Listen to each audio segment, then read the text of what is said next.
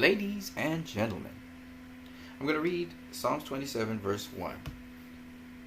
The Lord is my light and my salvation. Whom shall I fear? The Lord is the strength of my life. Of whom shall I be afraid? Let me reread this using the word love. Love is my light and my salvation. Whom shall I fear? Love is the strength of my life. Of whom shall I be afraid? See, love's the fuel that burns within us. And when we share it, people see the light. And love is the strength in your life. It's what makes you strong as a person. So I just wanted to share some love with someone today, even if it's a smile, a small thing, like a kind word, whatever you can, as far as you can. Remember, we have victims of various disasters as well. We have people who are getting extradited from the United States of America who used to think that they would be able to stay there and be useful citizens. Remember these people. Show love to them. Show love to someone next to you, a neighbor, someone. A kind gesture, a smile, a good word, encouragement. These things are important. You can be a hero for someone else simply by your actions.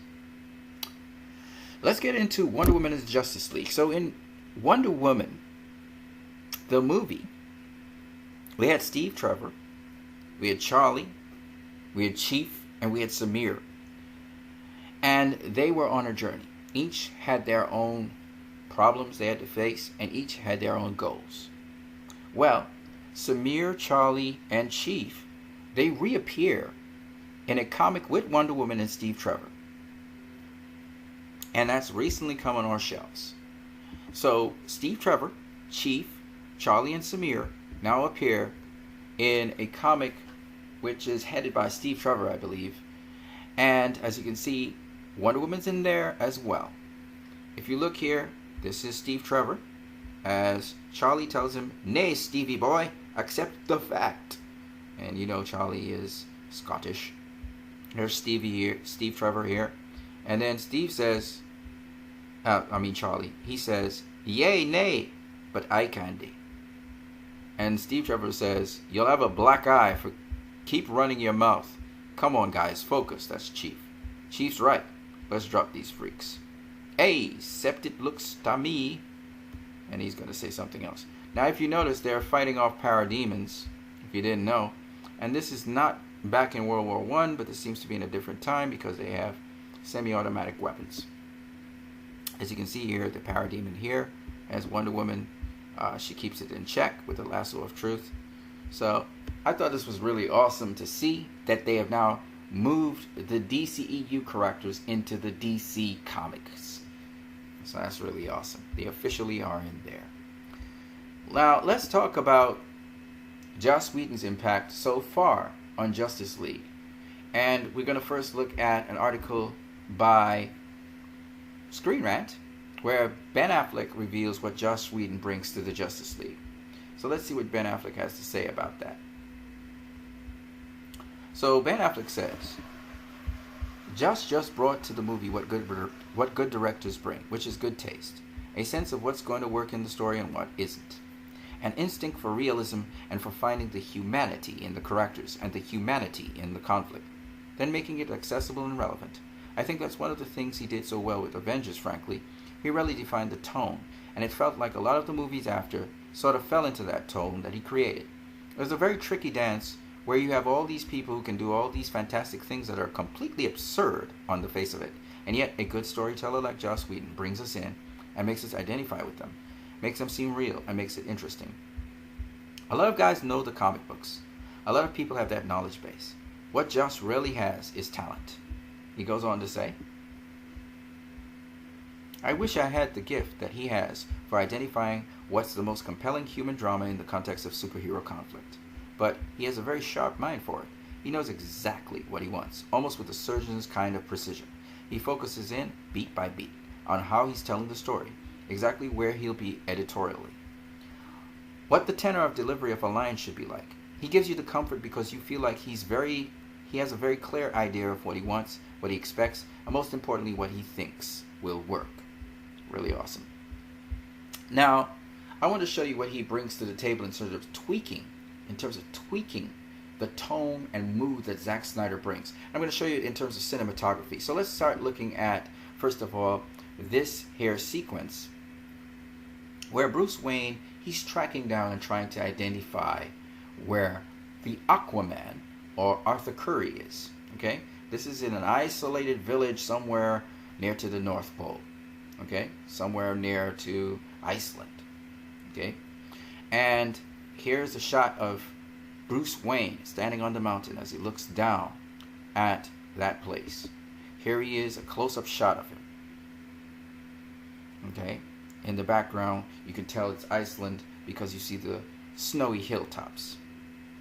It's cold. Now, I want to isolate a couple things. The cinematography. First of all, the tone. You notice that the tone is sort of edgy. It's sort of tough looking. It's sort of gritty, right? So note the tone. It's very cold. It's freezing. You can feel that cold, freezing feeling, right? The other thing is when we look at the shot angles. We look at the shot angle and it's panning to its left and they're panning upwards. All right, it's a topographical shot. And then we get a close-up shot here of Bruce Wayne. He's revealing himself. All right, so this was Zack Snyder's cinematography. All right, note the tone is gritty and it's sort of edgy. Feels tough, gritty, and edgy. Note the cinematography in terms of camera angles. Notice the panning and even the in-close shots. Also notice the color palette. Zack Snyder tends to want to have this blue color palette at certain times in his films, and you can see that there's this blue sort of filter over everything, so that when you look, you see the blue. All right.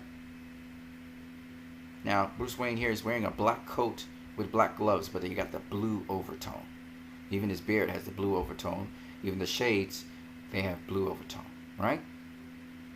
Okay.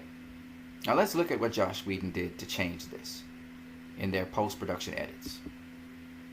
So the first thing you see is Bruce Wayne.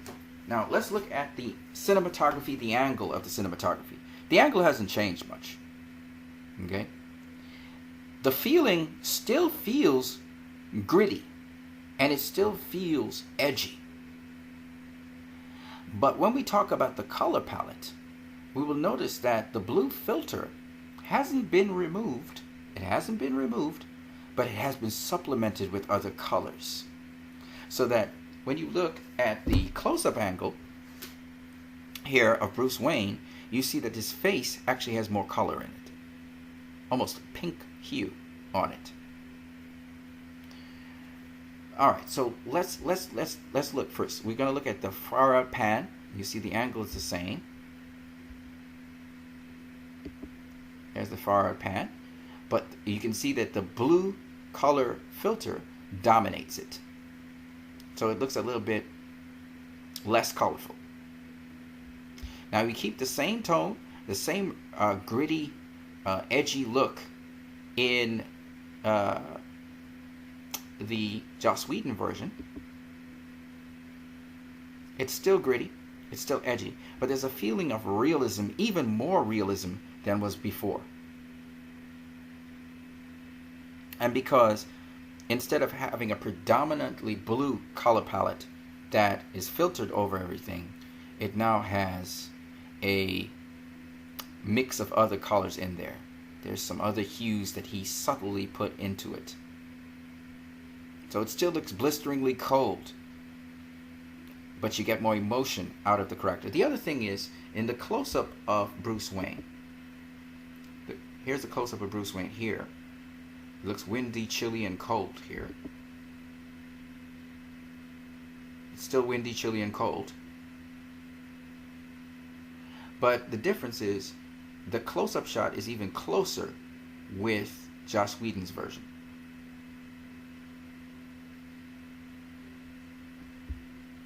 Again, Joss Whedon's trying to bring out the character of Bruce Wayne.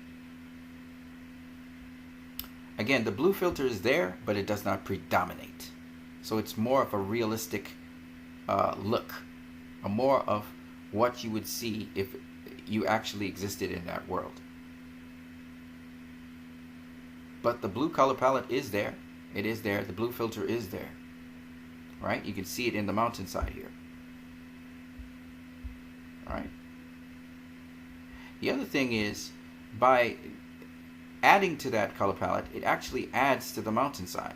So the mountainside actually looks bigger and grander and actually clearer. So he's kind of cleared up the images. Whereas here, the images are not as clear because of the monocolor tone, almost a monocolor tone palette somewhat. The images are not as clear. You see the village down below, but look at the village down below here with Whedon. You see the village down below a lot more, and you even get more depth perception. So Whedon subtly is able to add to the tone of the movie while still keeping the tone of the movie. So what Whedon has done is he didn't subtract, but he added to what was already there. Let me show you a couple others. So here's Mira. She's in an underwater scene. By the way, this is a similar venue. I think it's a similar venue where Steppenwolf was facing Aquaman. How do I know that? From these little things you see in the background here. These, I don't know what these are. If these are window panes or what. But these things were in the background when Steppenwolf was throwing his battle axe at Aquaman. So that's how I know.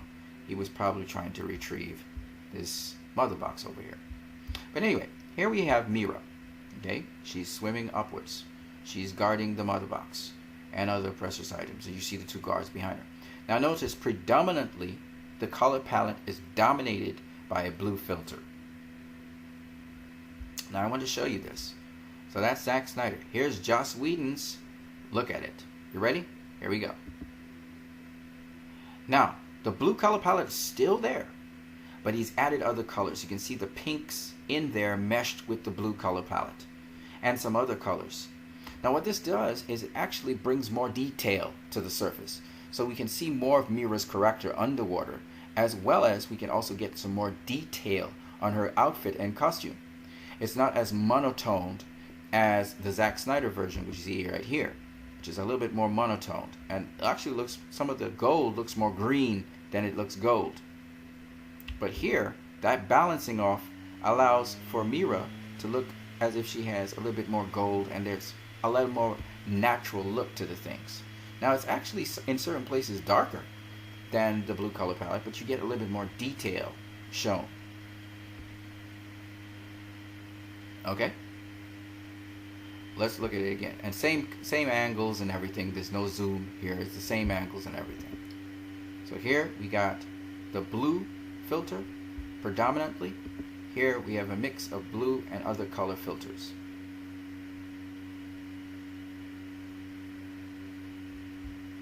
What this does, it highlights the character of Mira more than, say, this version.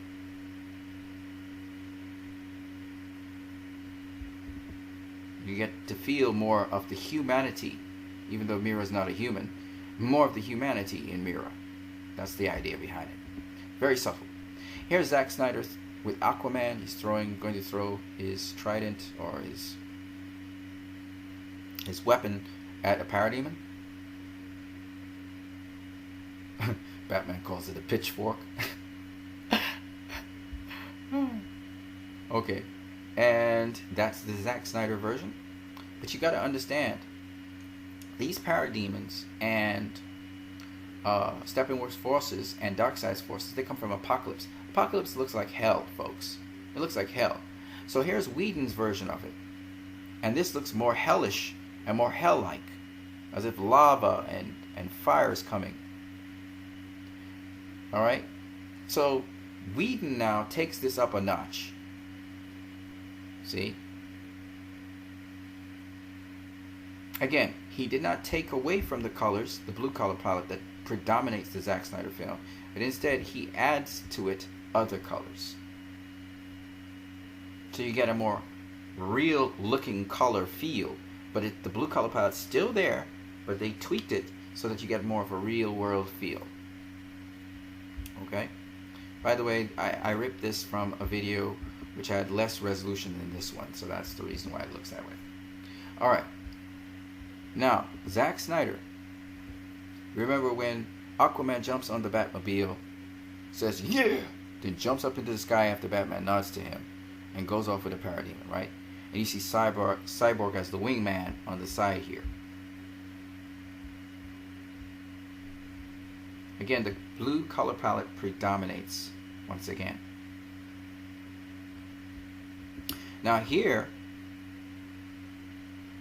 what we get is a more realistic feel where Aquaman jumps on the Batmobile and he's taken away by parademons. But notice that Cyborg, his lights look like Cyborg from the cartoon. They're white.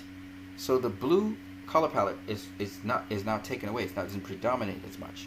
Also, the Batmobile is black, and now you can see that it's black. Alright? So it gives you a more realistic feel. They balance the color palettes a little bit more. So instead of having a predominant blue color palette, they have another color palette. And the sky is now black, showing the smoke coming off from, and the overcast sky that's coming off from the red sky, which is coming off from explosions and stuff that comes up from the ground, the fire pits. Okay? That what we call the hell spores that form the fire pits. That's why the sky is so black. So this is a much more realistic feel, but it still keeps the tone of Justice League. But it's just been slightly tweaked. So that's Zack Snyder there. And that's Joss Whedon. Alright? Now, not everything they're doing so far has been perfect. They still have to tweak some things. Like I said, the purple rock formations coming out the ground are just way too purple. They need to be more red and orange. You can still keep the purple tone, but you need to have more of a red and orange feel. So like how Zack Snyder had the color tones for the layer, the parademon layer that was under, probably in a nuclear plant or underground in the nuclear plant. Okay, we know now it's somewhere in Chechnya. This actually takes place. The nuclear plant that you were looking at. I think you even see the nuclear plant in the distance. If you look here, that's the nuclear plant right in front of you there, where the parademons are coming out of. So I think it was somewhere in Chechnya, Russia, where this nuclear plant is, and people had evacuated the area. I think I heard it from Dave the Film Junkie. Shout out to you, Dave. So I just wanted to share this with you, how they tweak things in Justice League. You can also look at where Wonder Woman knocks the parademons off of the Batmobile. Where Zack Snyder did it, had a blue color tone. There wasn't as much things going on around there, and fire and hell and stuff. But then when you see it with the Joss Whedon version, there is a little bit more details in there, and it's much more hell-like. It looks more red, and you know, there's all this stuff going on in the background. Now, some of the stuff that's going on in the background is a little too much detail, but I don't know what stage they're at and where they really are in this place. So again, the only thing I can say is, even when you saw the casing of the bullet fall on the ground from the Batmobile, in the Zack Snyder version, it's just a casing falling on the ground. In the Joss Whedon version, there's things coming out of the ground while that bullet casing is falling. Again, some of that stuff I think is a little too much detail, but probably that depends on what point in the movie it's happening. With, like, you know, the whole world's going to crap, or that particular area, the Chechnya area, is going to crap, then probably it makes sense. So once again, I can't fully judge it, right? But I can tell you though, the color palette's a little too bright, so they need to tone it down and make it more cryptic and more scary in terms of the purple. That's all I got to say about that. But everything else looks fantastic, as I said before. I also saw a version of the Justice League trailer, the final trailer, a version of it where the sword actually spins in the air a little bit longer when Wonder Woman knocks it up into the air, into her hand from a foot. Off of a rock. So again, just those little moments, those extra moments where the sword is spinning in the air, make a big difference in how something works and how it doesn't look marvelous. It looks more DC. And again, I think Joss Whedon's going to do an excellent job with the edits they're going to polish this film because they've been in film and industry for a long time. Zack Snyder's very good at his indie, the indie quality of film, and that's what people say. Sometimes people say something's missing. There's something always missing in Zack Snyder films because he's an indie film director mostly. And with these big budget films, guys like Whedon and Elfman, you know, they've done this thing over and over again, and they've been very successful even with comic book movies. So they know what they're doing, and so you can't have a better combination than that. Anyway, I wanted to just share that with you guys because some people say, oh, you know, Zack Snyder, it's a Zack Snyder film. Zack Snyder all alone should get credit. No. Yes, it's a Zack Snyder film. Undoubtedly. This is a Zack Snyder film. But you've got to give Joss Whedon credit. If the masses, if everybody universally loves this film, you have to give Joss Whedon his credit for being the director that was able to facilitate certain things and tweak certain things, especially after Wonder Woman. So I just wanted to share that with you guys. I hope you enjoyed my video. Leave your comments in the comment section below. Like, subscribe, and don't forget you can donate to my channel as well. You guys have a great one.